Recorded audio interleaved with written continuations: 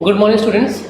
Students, in the previous lectures, we have studied fundamental principle of counting and factorial notation. Now today, we will see what is permutation. So let's start. So what is the definition of permutation? A permutation is an arrangement in a definite order of a number of objects taken some or all at a time. Permutation क्या होता है? एक arrangement होता है given number of objects का एक definite order में, taken some or all at a time.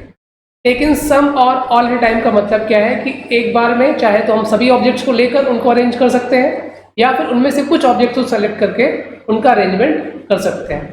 ठीक है, तो दोनों ही केसेस में कैसे हम परमुटेशन फाइंड करेंगे यहाँ पे देखते हैं, और परमुटेशन एक्चुअली में क्या है उसको भी एग्जाम्पल से समझते हैं। यहाँ पे सपोज दैट एक वर्ड है हमारे पास रोज। ठीक है, this word has 4 distinct letters, इसमें 4 डिफरेंट लेटर्स हैं। ठीक है, और हम क्या चाहते हैं, हम चाहते हैं कि इन लेटर्स से हम नए वर्ड्स फॉर्म करें। टोटल नंबर ऑफ वर्ड्स जितने बन सकते हैं 4 लेटर्स के वो फाइंड करें।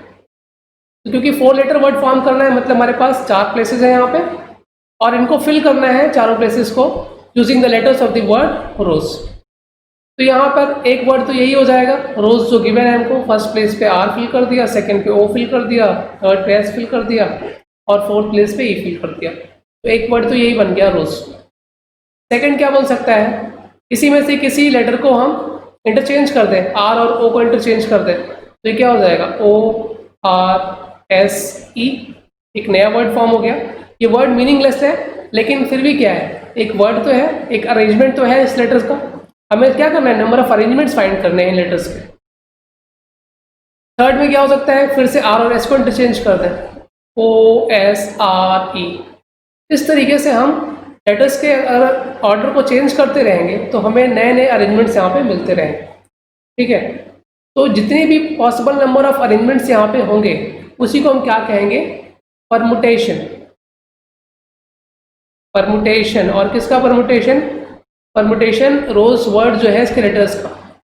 Permutation of the letters of the word rose taken all at a time. यहाँ पे क्या कर रहे हैं हम, सभी वर्ड्स को, सभी लेटर्स को एक साथ ले रहे हैं। ठीक है, तो क्या हो गया, taken all at a time.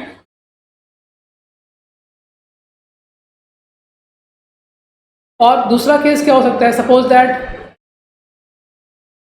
हम 3 लेटर वर्ड्स फॉर्म करना चाहते हैं इन लेटर्स को यूज करके। तो इस केस में हमें क्या करना है, एक बार में 3 लेटर्स यहाँ पे सेलेक्ट करने हैं। तो इसमें हम ऐसे कर सकते हैं, या तो आर ओ एस कर लें, एक पॉसिबिलिटी ये। दूसरा क्या कर सकते हैं, फिर ओ आर एस ऐसे फिल कर सकते हैं। इस तरीके से इन 3 लेटर्स को यूज करके यहाँ पे हम कई सारे अरेंजमेंट्स कर सकते हैं। फिर नेक्स्ट पॉसिबिलिटी क्या है कि हम ओ एस ई ले लें, फिर इनके जितने पॉसिबल नंबर ऑफ अरेंजमेंट्स हैं उनको फाइंड करें। फिर ऐसे ही करके हम क्या ले सकते हैं, आर एस ई ले सकते हैं। ठीक है, फिर उनके जितने पॉसिबल नंबर ऑफ अरेंजमेंट्स हैं उसको फाइंड कर सकते हैं। तो इस तरीके से टोटल नंबर ऑफ जो अरेंजमेंट्स हैं वो हम फाइंड करेंगे, और जो टोटल नंबर ऑफ अरेंजमेंट्स होंगे वो क्या रिप्रेजेंट करेंगे, वो रिप्रेजेंट करेंगे permutation of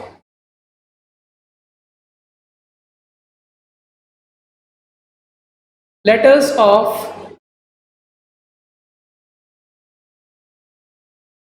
the word rose taken 3 at a time। यहाँ पे एक बार में कितने लेटर्स यूज कर रहे थे हम, 3 लेटर्स यूज कर रहे थे। ठीक है, तो ये क्या हो गया, permutation of letters of the word rose taken 3 at a time. तो ये कौन सा केस हो गया, ये टेकन सम वाला जो केस है, ये वो वाला केस हो गया कि एक बार में हम सारे लेटर्स नहीं ले रहे हैं, उसमें से कुछ लेटर्स को सेलेक्ट कर। और जो फर्स्ट केस यहाँ पे हमने डिस्कस किया ये क्या था, permutation of letters of the word rose taken all at a time. Clear. Next क्या है, permutation when all objects are distinct. अगर जो हमारे पास ऑब्जेक्ट्स दिए गए हैं, जैसे अभी रोज वाला जो एग्जांपल लिया था, अगर उसमें सभी ऑब्जेक्ट्स क्या है, डिस्टिंक्ट है, डिफरेंट है, तो उस केस में परमुटेशन क्या होता है वो हम यहाँ पे देखेंगे। The number of permutation of n different objects taken r at a time where r is greater than 0 and less than equal to n and the objects do not repeat is n into n minus 1 n minus 2 dot dot dot n minus r plus 1 which is denoted by npr। तो क्या होता है यहाँ पे, अगर हमारे पास n different objects हैं और उनमें से हम r ऑब्जेक्ट्स को सेलेक्ट कर रहे हैं एक बार में, ठीक है, r की वैल्यू आपको पता है ग्रेटर देन 0 होगी, less than equal to 1, less than equal to n होगी, ठीक है। तो और ये भी कंडीशन है यहाँ पे कि ऑब्जेक्ट रिपीट नहीं हो सकते, तो उनका जो पॉसिबल परमुटेशन है वो क्या होगा, उसकी वैल्यू कितनी आएगी, n into n minus 1 n minus 2 n minus r plus 1। और इसको हम डिनोट किससे करते हैं, npr से डिनोट करते हैं, ठीक है। ये इस तरीके से लिखा जाएगा, p for permutation, n means यहाँ पे कितने ऑब्जेक्ट्स हमारे पास गिवन है, और r मीन्स एक बार में हम कितने ऑब्जेक्ट्स को सेलेक्ट कर रहे हैं, कितने ऑब्जेक्ट्स का परमुटेशन निकाल रहे हैं, ठीक है। और ये इसका फॉर्मूला है, npr का मतलब क्या होता है, npr का मतलब होता है factorial n upon factorial n minus r, ठीक है। r की वैल्यू ग्रेटर देन 0 होगी, less than equal to n होगी। तो ये npr जो लिखा गया है ये एक्चुअली में किसकी वैल्यू है, ये इसी की वैल्यू है, n into n minus 1 n minus 2 n minus r plus 1, n into n minus 1 n minus 2 dot dot dot n minus r plus 1। इसी को हम इक्वल किसके लिख रहे हैं यहाँ पे, factorial n upon n minus r factorial. Clear? इसका प्रूफ हम यहाँ पे नहीं करेंगे, ये आपके सिलेबस में नहीं है, ये रिमूव कर दिया गया है, क्लियर। बट इस फॉर्मूले को हमें यूज करना है और ये बहुत ही इंपॉर्टेंट फॉर्मूला है। सपोज दैट जैसे हमारे पास 10 ऑब्जेक्ट्स हैं, n की वैल्यू 10 है, और हमें एक बार में 2 ऑब्जेक्ट सेलेक्ट करने हैं, ठीक है। हमें क्या करना है, permutation of n is equal to 10 objects taken 2 at a time, मतलब 10 ऑब्जेक्ट्स का परमुटेशन फाइंड करना है जब एक बार में हम सिर्फ 2 ऑब्जेक्ट्स सेलेक्ट कर रहे हैं।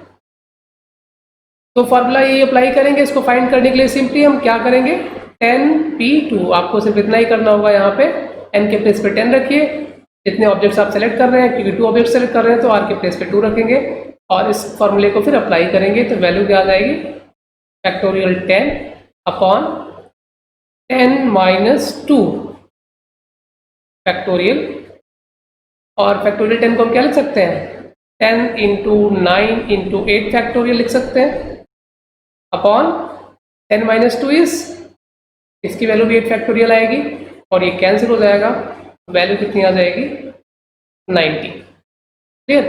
तो इस तरीके से इस फार्मूले को यूज करना है, जितने आपके पास ऑब्जेक्ट्स गिवन होंगे वो n की वैल्यू हो जाएगी, एक बार में जितने ऑब्जेक्ट्स को आपको सेलेक्ट करना है परमुटेशन फाइंड करने के लिए वो r की वैल्यू हो जाएगी, और r की वैल्यू हमेशा less than equal to n होगी, ये भी आपको माइंड में रहना चाहिए।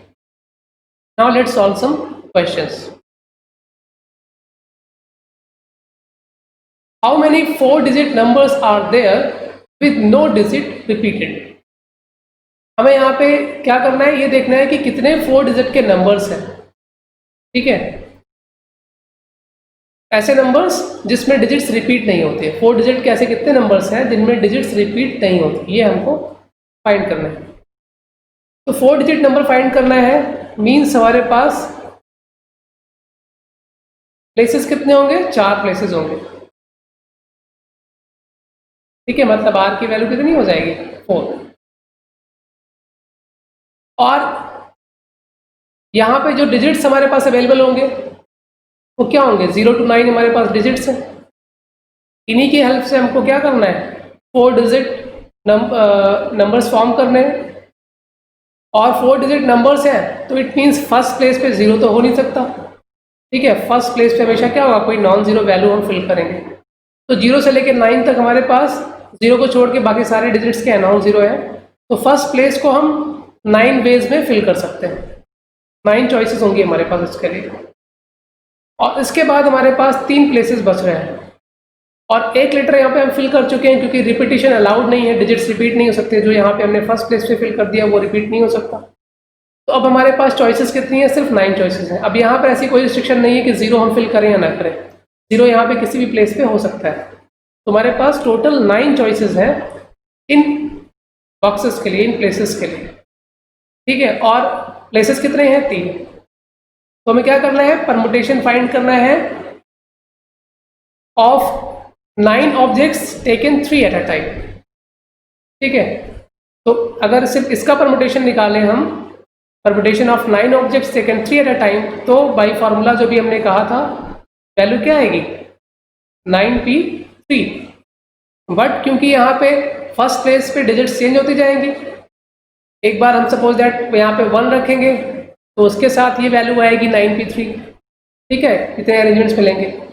फिर 1 के प्लेस पे हम 2 लिख सकते हैं यहाँ पे, ठीक है। इसके प्लेस पे फिर हम हटा के इसको क्या लिख सकते हैं? इसके प्लेस पे 2 लिख सकते हैं। तो 2 के साथ भी इतने ही अरेंजमेंट्स मिलेंगे हमको, क्लियर। तो इस तरीके से जो टोटल नंबर ऑफ अरेंजमेंट्स मिलेंगे हमको वो कितने हो जाएंगे? 9p3 9p3 9p3 कितनी बार होगा? 9 टाइम्स होगा। तो इसको इसलिए हम डायरेक्टली क्या करेंगे? The final value will be 9 into 9p3, ठीक है। तो total number of 4 digit numbers with no digit repeated is 9 into 9p3, ये इसकी वैल्यू आएगी, क्लियर। अब इसको हम सॉल्व कर लेंगे। 9 into 9p3 का मतलब क्या हुआ? Factorial 9 upon 9 minus 3 factorial. तो ये वैल्यू कितनी आ जाएगी? 9 into 9 into 8 into 7 into factorial 6 upon denominator में भी क्या मिलेगा? फैक्टोरियल 6। ये कैंसिल हो जाएगा। अब इसको आप सॉल्व कर लेंगे तो ये कितना आ जाएगा? 9 9 जा 81, 8 7 जा 56, और इसको आप मल्टीप्लाई कर लीजिए। 56 81 विल गिव 56, 8 6 जा 48, 8 5 जा 40 प्लस 4 44, 6 8 5 13 and 5 4536, ठीक है। इतने total number of possible arrangements हमको मिलेंगे डिजिट्स के 4 डिजिट नंबर फॉर्म करने के लिए। तो यही इसका क्या हो जाएगा? परमुटेशन हो जाएगा। इट मीन्स इतने possible number of digits numbers मिलेंगे हमें 4 डिजिट के, जिनमें डिजिट्स रिपीट नहीं होती, क्लियर। तो these are some questions for practice. तो using the formula of NPR solve all these questions, ठीक है। फॉर्मूले को यूज करना है आपको एनपीआर वाला, और इन क्वेश्चंस को सॉल्व करने हैं। इन सभी क्वेश्चंस में आपको क्या मिलेंगे? जो नंबर ऑफ ऑब्जेक्ट्स हैं वो सब क्या है? यहाँ पे डिस्टिंक्ट है। रिपीटिशन इसमें किसी भी ऑब्जेक्ट में, किसी भी क्वेश्चन में आपको नहीं मिलेगा, ठीक है। रिपीटिशन यहाँ पे अलाउड नहीं है किसी क्वेश्चन में। Solve this question. Thank you.